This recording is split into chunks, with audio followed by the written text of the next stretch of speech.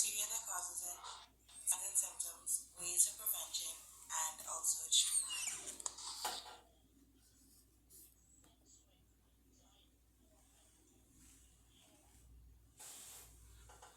Pseudomonas aeruginosa is a gram-negative, aerobic, non-spore-forming broad that can cause a variety of infections in both immunocompetent and immunocompromised hosts.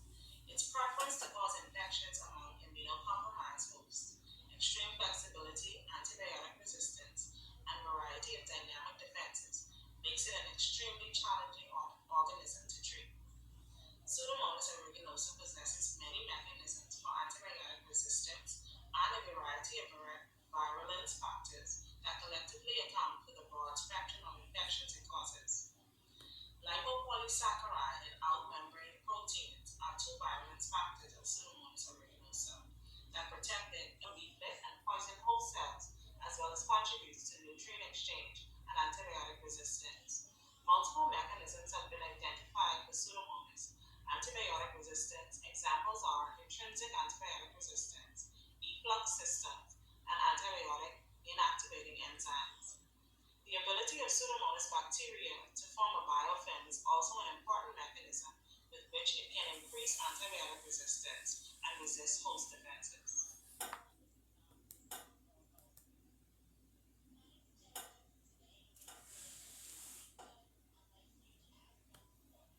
Pseudomonas aeruginosa can cause meningitis. This occurs when the bacteria enters the bloodstream and crosses the blood-brain barrier, infecting the meninges. Meningitis is an inflammation of the protective membranes covering the brain and spinal cord, known as the meninges. It can be caused by infections from viruses, bacteria, fungi, and other microorganisms, as well as non-infectious factors like certain medications or autoimmune diseases.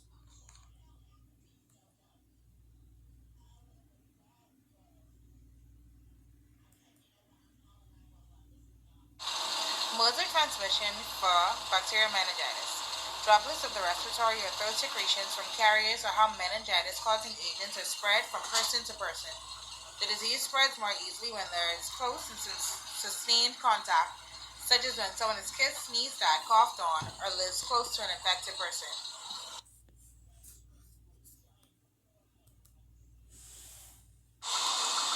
According to the latest data published in 2020, meningitis deaths in the Bahamas reached 2 or zero point 0.9 of total deaths.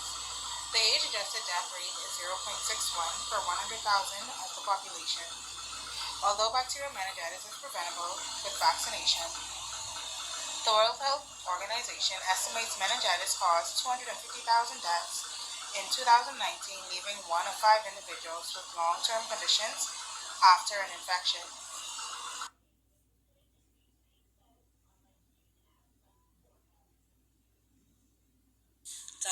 Diagnostic tests for bacterial meningitis typically include a lumbar puncture, or otherwise known as a spinal tap. This is the primary diagnostic test for cerebrospinal fluid. It is collected and examined for the presence of bacteria, white blood cells, glucose, and protein levels.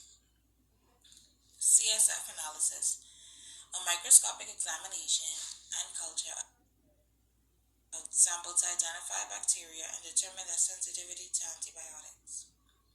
Blood cultures, cultures of blood samples to detect bacteria in the bloodstream, which can indicate bacterial meningitis.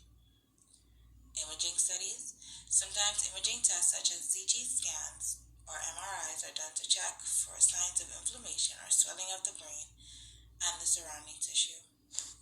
Also, a gram stain, a quick test to stain bacteria in a sample of CSF, which can provide preliminary information about the type of bacteria that is causing the infection.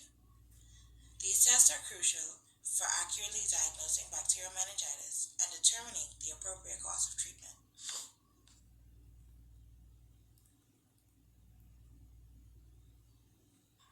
It is important to remember the treatment for meningitis depends on the cause, which could be bacterial, viral, fungal, or parasitic.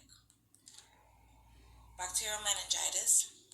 Prompt administration of broad spectrum antibiotics is crucial once bacterial meningitis is suspected. The choice of antibiotics is typically based on the likely causative bacteria and local antibiotic resistant patterns. Commonly used bacteria Commonly used antibiotics include third generation cephalosporins like ceftriaxone or cefotaxime, plus vancomycin. If the specific bacteria causing the infection are identified, antibiotic therapy may be adjusted accordingly. Also note that supportive care is a part of treatment. Patients with bacterial meningitis often require supportive care to manage symptoms and prevent complications. These may include fluids and electrolyte management to prevent dehydration and maintain proper hydration. Medications to control fever, pain, and seizures may also be administered as needed.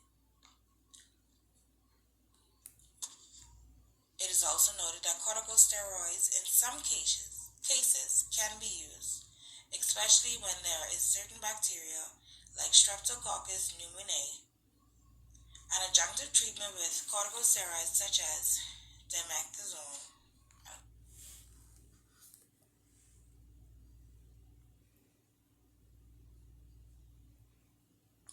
Precautions to avoid meningitis include vaccination. Ensure that you and your family are up to date on vaccinations, particularly those for meningococcal disease, pneumococcal disease, and Haemophilus influenza type B.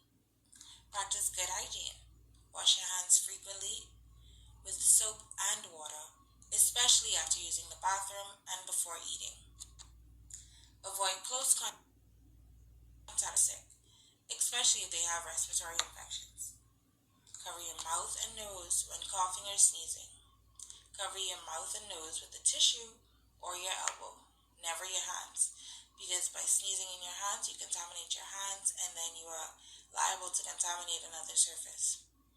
Maintain a healthy lifestyle. Ensure you have a healthy immune system by eating a balanced diet, getting regular exercise, and taking the necessary vitamins.